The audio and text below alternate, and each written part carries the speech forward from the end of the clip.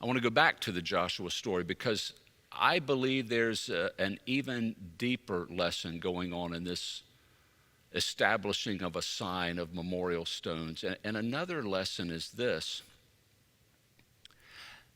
that provisions from God come when needed, not in advance.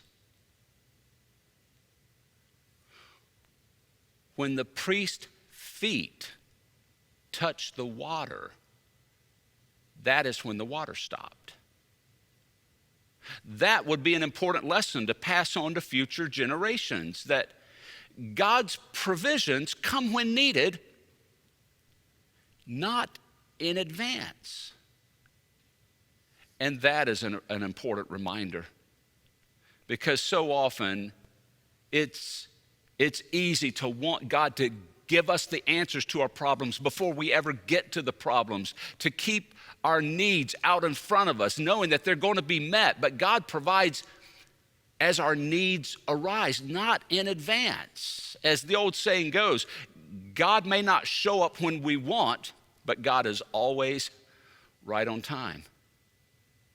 That was the message to be taken from the manna in the wilderness.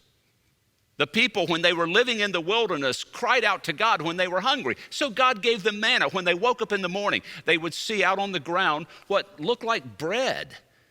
And people were told to take a basket and go out and collect as much as they needed for their entire tent. But the caveat was for that day. They couldn't collect for tomorrow or the day after that. Just one day at a time. If they tried to hoard it, if they tried to collect in advance, it would rot, it would go bad. The lesson was that each day they will have what they need. Each day they will have what they need.